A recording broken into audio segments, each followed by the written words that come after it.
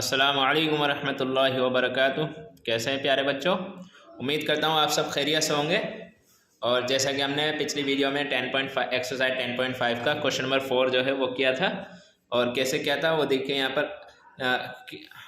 Fractions को क्या करना था, असेंडिंग ऑर्डर्स में अरेंज करना था हमें। ठीक है, असेंडिंग ऑर्डर्स में अरेंज करने के लिए क्या करते हैं, जो सबसे छोटा फ्रैक्शन होता है उसको सबसे पहले, उसके बाद उससे बड़ा, फिर उससे भी बड़ा, इस तरह से फ्रैक्शन को अरेंज करते हैं। ठीक है, तो आज हम क्वेश्चन नंबर 5 जो है इस एक्सरसाइज का वो करेंगे। ठीक है, क्वेश्चन नंबर 5 जो है उस क्वेश्चन में दिया है, क्वेश्चन नंबर 5 में arrange the following fractions in descending order. अभी हमने असेंडिंग ऑर्डर पढ़ा था, अब है डिसेंडिंग ऑर्डर। डिसेंडिंग ऑर्डर कौन सा होता है, जो हमारे फ्रैक्शंस दिए हुए हैं इसमें जो सबसे बड़ा फ्रैक्शन होगा उसको हमें पहले लिखना है, उसके बाद उससे छोटा, फिर उससे छोटा और लास्ट में सबसे छोटा फ्रैक्शन। इस तरह से हमें इनको जो है अरेंज करना है। ठीक है, यहाँ पर ए पार्ट के अंदर कुछ फ्रैक्शंस दिए हुए हैं, जैसे 3/8, 1/8, 5/8, 11/8। तो इसमें सबसे बड़ा फ्रैक्शन जो है वो कौन सा होगा, 11/8। अब ये कैसे चेक करते हैं, मैं आपको फिर से याद दिला देता हूँ कि जब हमारे डिनोमिनेटर सेम होते हैं तो हम ऊपर वाले नंबर्स को यानी कि न्यूमरेटर को कंपेयर करते हैं आपस में कि इनमें सबसे बड़ा कौन सा है और सबसे छोटा कौन सा है। ठीक है, तो सबसे बड़ा तो 11 है, उससे छोटा यहाँ पर 5 है, फिर 5 से छोटा यहाँ 3 है, और 3 से छोटा कौन सा है, 1 है। ठीक है, तो यहाँ पर हमें सबसे बड़ा पहले लिखना होता है, तो सबसे बड़ा फ्रैक्शन होगा 11/8। तो यहाँ लिख देंगे 11/8। और उसके बाद है डिसेंडिंग ऑर्डर। तो डिसेंडिंग ऑर्डर में साइन कैसा लगेगा, अब साइन लगेगा इस तरफ, क्योंकि ये सबसे बड़ा है। और किससे बड़ा है, 5/8, तो उसको यहाँ लिख देंगे। तो ये जो साइन दिखाता है ये इसका मतलब भी बता दिया था। ये जो पॉइंट होता है कोना, ये जो नोक होती है बनी हुई, ये इस तरफ छोटा नंबर आता है, और जहाँ पर इसका मुंह खुला हुआ होता है उस तरफ बड़ा नंबर लिखते हैं। ठीक है, उसके बाद है 5/8 से छोटा है 3/8, फिर उसके बाद है 1/8। ठीक है, ये हमने इसको जो है डिसेंडिंग ऑर्डर्स में अरेंज कर दिया है। इसी तरह से बी पार्ट देखिए और अच्छे से समझ में आएगा।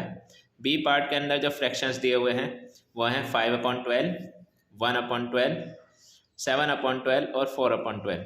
तो सबसे बड़ा फ्रैक्शन कौन सा होगा, जैसा मैंने पीछे ही बताया था, जब डिनोमिनेटर सेम होता है तो हम ऊपर वाले नंबर्स को कंपेयर करते हैं। ठीक है, ऊपर वाला जो नंबर है हमारा कितना है, 7।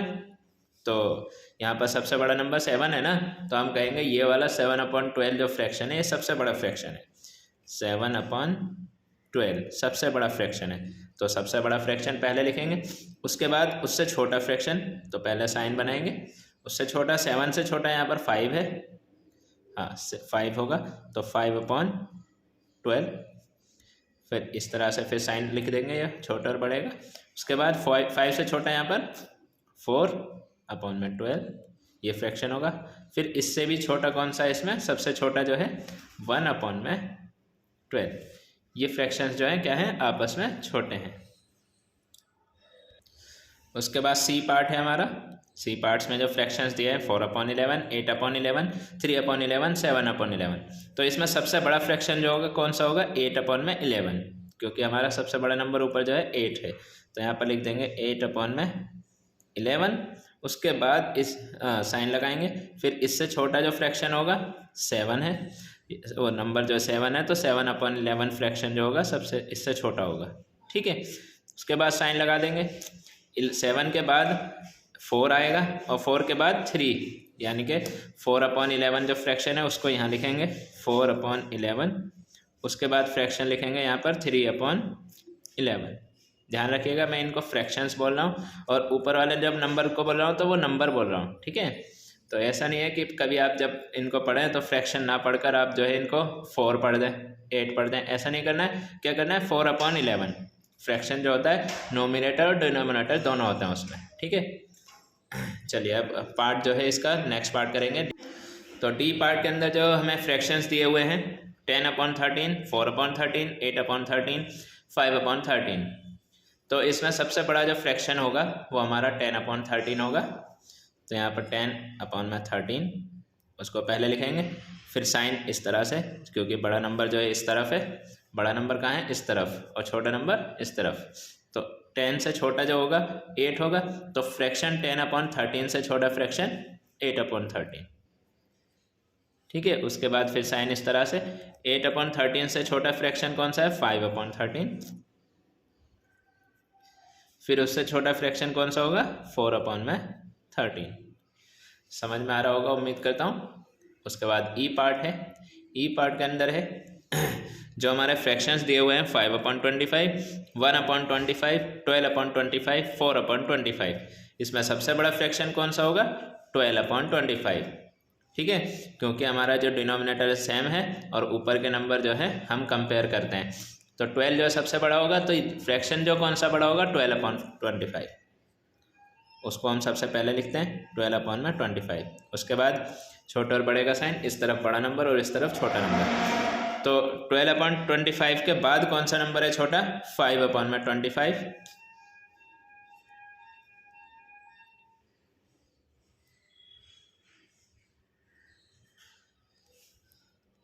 उसके बाद जो नंबर होगा 5/25 के बाद 4/25, और सबसे छोटा फ्रैक्शन जो होगा 1/25। ठीक है, उसके बाद नेक्स्ट पार्ट करते हैं हम।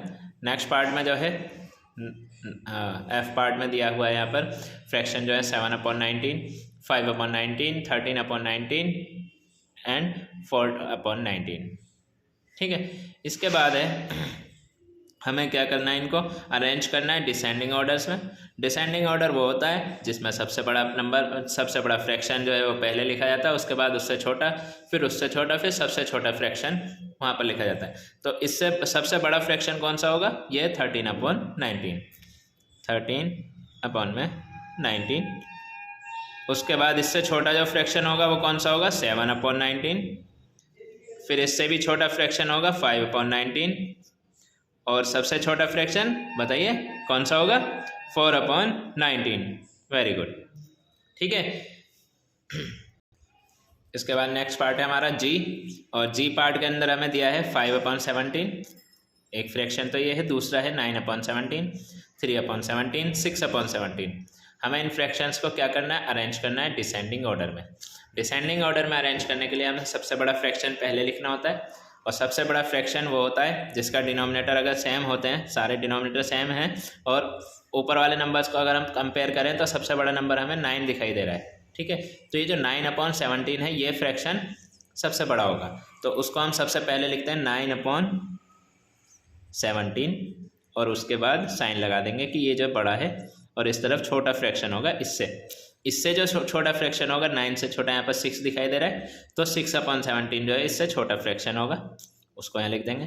फिर ये भी बड़ा है किससे, जो यहाँ पर लिखा जाएगा, यहाँ पर कौन सा फ्रैक्शन आएगा, जो इससे छोटा है, तो 6 से छोटा कौन सा है, 5/17, ये फ्रैक्शन जो है यहाँ पर लिखा जाएगा। ठीक है, उसके बाद जो सबसे छोटा फ्रैक्शन होगा वो यहाँ पर लिख दिया जाएगा, जो इससे छोटा फ्रैक्शन है वो कौन सा है, 3/17। तो सबसे बड़ा फ्रैक्शन, उससे छोटा, फिर उससे भी छोटा, और ये सबसे छोटा फ्रैक्शन। ठीक है, इसी तरह ये एच पार्ट है, और हमारा एच पार्ट में दिया है फ्रैक्शंस दिए हैं हमें 10/25, 8/25, 20/25, 18/25। ये जो फ्रैक्शंस हैं हमें क्या करना है, इनको अरेंज करना है डिसेंडिंग ऑर्डर में। उसमें करने के लिए हम क्या करते हैं, सबसे बड़ा फ्रैक्शन जो होता है उसको पहले लिखते हैं।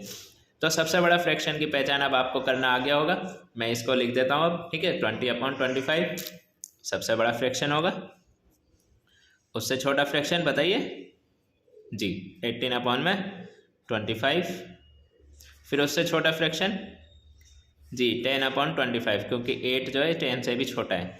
ठीक है, तो 10/25, और लास्ट फ्रैक्शन जो होगा हमारा जो सबसे छोटा है वो 8/25। ठीक है, इस तरह से हमने इसको भी अरेंज कर दिया। और अब इसमें जो है हमारा लास्ट पार्ट रह गया है आई पार्ट। आई पार्ट के अंदर जो फ्रैक्शन दिए हुए हैं 8/35, 15/35, 26/35, 9/35, ये फ्रैक्शंस दिए हुए हैं। हमें क्या करना है, इनको डिसेंडिंग ऑर्डर में। तो सबसे पहले सबसे बड़ा फ्रैक्शन जो इसमें 26/35 है उसको सबसे पहले लिखेंगे, क्योंकि ये क्या है, सबसे बड़ा फ्रैक्शन है। उसके बाद इससे छोटा फ्रैक्शन लिखेंगे, 26/35 से छोटा है 15/35, तो उसको लिखेंगे। फिर उससे भी छोटा फ्रैक्शन है यहाँ पर 15 से छोटा है 9/39, 15 नंबर से छोटा क्या है 9, तो ये 9/35 फ्रैक्शन जो होगा इससे भी छोटा फ्रैक्शन होगा 9/35। फिर सबसे छोटा फ्रैक्शन है यहाँ पर 8/35। ठीक है, ये हमारे एक्सरसाइज 10.5 का क्वेश्चन नंबर 5 जो है कंप्लीट हो गया और इसी के साथ हमारी एक्सरसाइज भी कंप्लीट हो चुकी है। उम्मीद करता हूँ आपको ये समझ में आया होगा, और जो भी इसमें समझ में ना आया हो इस वीडियो को दोबारा देखें। ठीक है, अस्सलामु अलैकुम।